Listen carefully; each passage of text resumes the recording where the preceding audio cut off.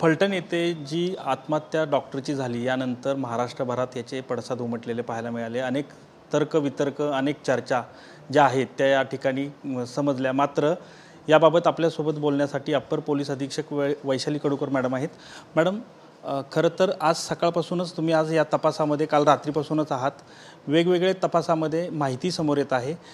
याबाबत एक तक्रार जे होत्या त्या पोलिसांबाबतची संबंधित डॉक्टर मॅडम ज्या आहेत त्यांनी केली होती, नेमकी काय तक्रारी होत्या आणि याबाबत पोलिसांनी पण तक्रारी केलेल्याची माहिती समोर येते, नेमकं काय?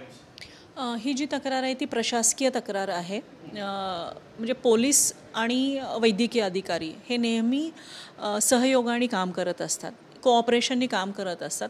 मग त्यावेळेला काही गोष्टी अशा असतात, फॉर एक्झाम्पल रात्रीच्या वेळेला जर आपल्याकडे एखादं मयत दाखल झालं तर त्याचं पोस्टमॉर्टेम करणं, किंवा रात्रीच्या वेळेला आरोपी अटक केल्यानंतर त्याची मेडिकल एक्झामिनेशनसाठी हॉस्पिटलला घेऊन जाणं।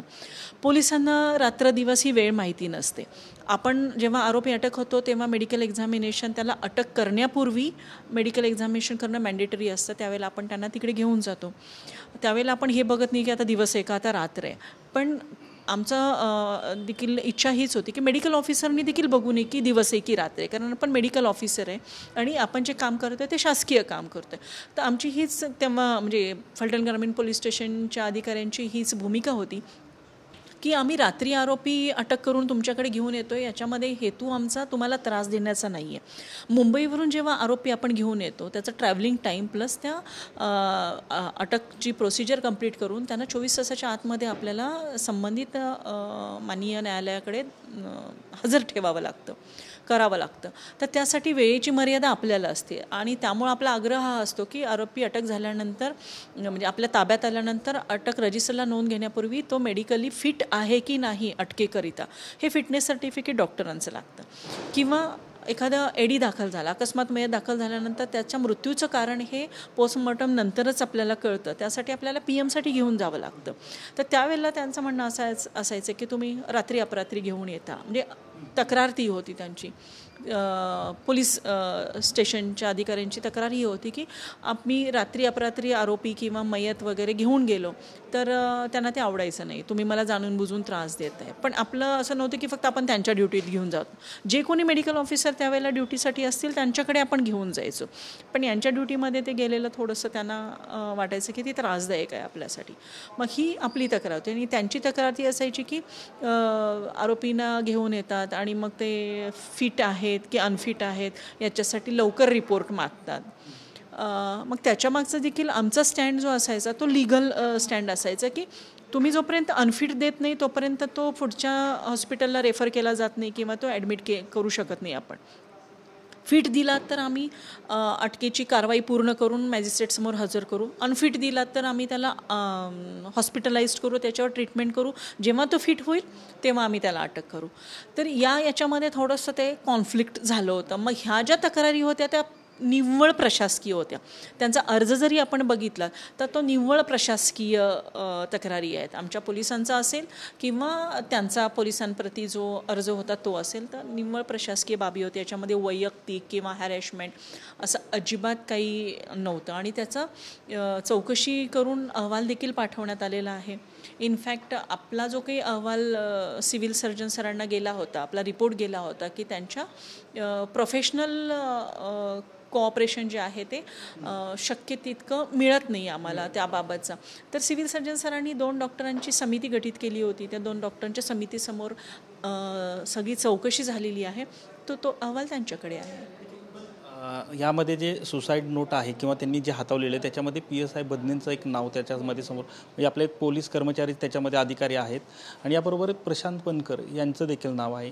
हे नेमकं काय आतापर्यंत ह्याच्यामध्ये काय समजतं की हे नाव नेमकं काय? याच्याबद्दल आम्ही पण अनभिज्ञ आहोत, कारण अजूनही आरोपी अटक झालेली नाही आहे। जी नावं त्यांनी हातावर लिहिलेली होती ती जेव्हा मूठ उघडली गेली तेव्हाच आम्हाला कळलं की बाबा नेमकं आत्महत्येचं कारण काय होतं। अदरवाईज आपण त्यांच्या नातेवाईकांनी विनंती केली होती की आम्ही जोपर्यंत समोर येत नाही, आम्ही प्रत्यक्ष हजर होत नाही तोपर्यंत आपण इन्क्वेस्ट पंचनामा देखील करू नये। आणि त्या महिला डॉक्टर ज्या मयत झाल्या त्यांच्या अशा मुठी बंद होत्या, त्यामुळे आपल्याला कळलंच नाही तोपर्यंत आपण चिठ्ठी वगैरे कुठे आहे का वगैरे. पेन सापडला आपल्याला, पण चिठ्ठी वगैरे काहीच सापडली नाही.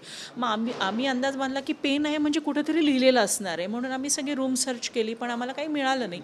मग जेव्हा इन्क्वेस्ट पंचनामा त्यांच्या डॉक्टर नातेवाईक आहेत त्यांच्या समक्ष आम्ही केला त्यांच्या विनंतीवरून, त्यावेळेला जेव्हा मुठी उघडल्या गेल्या त्यावेळेला त्या मुठीमध्ये लिहिलेलं होतं.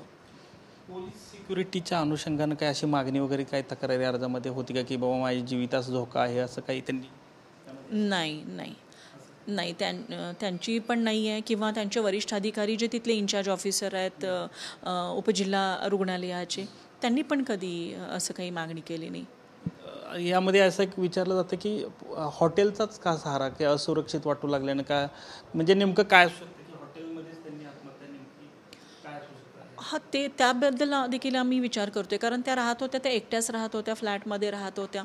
मग त्यांनी हॉटेलमधली रूम बुक करून का आत्महत्या केली असावी हा प्रश्न आम्हालाही पडलेला आहे. पण जोपर्यंत दोघातला ॲटलिस्ट एक तरी आरोपी जोपर्यंत अटक होत नाही तोपर्यंत याच्याबद्दल देखील आम्हाला थोडं सांगणं अडचणीचं आहे. शेवटचा माहिती आम्हाला, प्रशांत बनकर जे आहेत यांच्याबाबतचं काही संभाषण असं झाल्याची माहिती समोर येते की शेवटच्या मध्ये काही बोलणं वगैरे झाल्याची माहिती, चॅटिंग वगैरे? हां, झालेलं आहे. CDRमध्ये कॉल्स त्यांचे झालेले दिसत आहेत आणि लॉंगर ड्युरेशनचे कॉल्स आहेत, आणि व्हॉट्सअपचं चॅटिंग हे डिलीट झालेलं आहे. व्हॉट्सअपचे कॉल लॉग देखील डिलीट झालेले आहेत. तर आम्ही मग ते डिजिटल फॉरेन्सिकच्या मदतीने आम्ही ते रिट्रीव्ह करू तो डेटा. याच्यामध्ये काय प्रशांत बनकर यांचं काही घरातल्यांची वगैरे माहिती वगैरे मिळाली का, काय कुठं आहेत वगैरे काय याच्या दोन्हीच्या?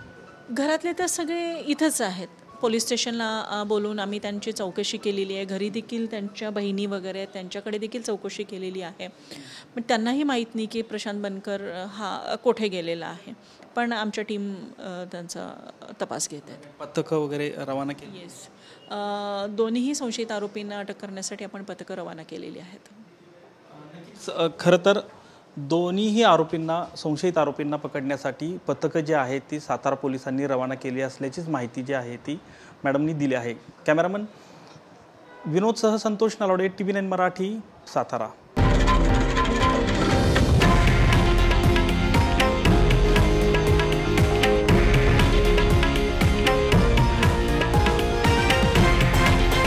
हे आहे देशातील नंबर 1 न्यूज नेटवर्क आणि आपण पाहत आहात TV9 मराठी, एकमेव.